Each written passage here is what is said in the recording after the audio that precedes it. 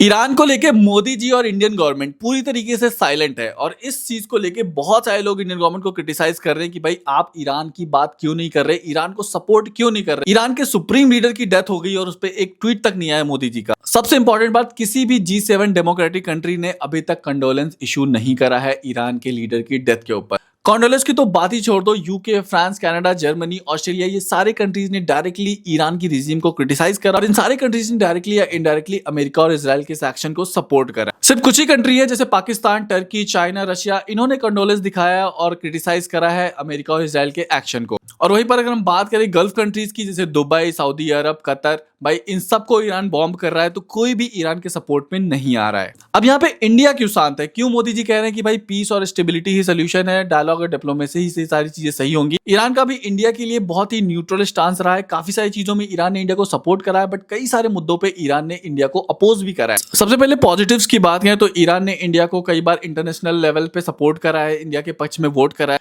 इसके अलावा one of the most trusted oil supplier रहा है इंडिया के लिए। इसके अलावा चाबहार पोर्ट पे भी ईरान का स्टांस काफी पॉजिटिव था इंडिया के लिए। पर जब भी बात पाकिस्तान और इंडिया कॉन्फ्लिक्ट की आती थी तो ईरान हमेशा साइलेंट रहता था या फिर पाकिस्तान का फेवर करता था, चाहे बात वो कश्मीर के मुद्दे की हो। कश्मीर के मुद्दे पर तो खामेनी ने ये बोला था कि कश्मीर के मुस्लिम के साथ इंडियन गवर्नमेंट वो बर्ताव कर रही है जो कि गजा और म्यांमार में मुस्लिम के साथ होता है। इसके अलावा जब आर्टिकल 370 रिमूव किया गया तो उस पर भी खामेनी के लेक्चर्स आ रहे थे। अब देखो, ये जो फॉरेन पॉलिसी या जियो पॉलिटिक्स होती है वो भाई इमोशंस पे नहीं चलते हैं, सबके अपने नेशनल इंटरेस्ट होते हैं, सब अपने फायदे के लिए एक दूसरे के साथ आते हैं। जियो पॉलिटिक्स में कहावत है कि कोई किसी का दोस्त नहीं होता, सब अपना फायदा देखते हैं। इस पे आप क्या सोचते हो, कमेंट सेक्शन में बताओ।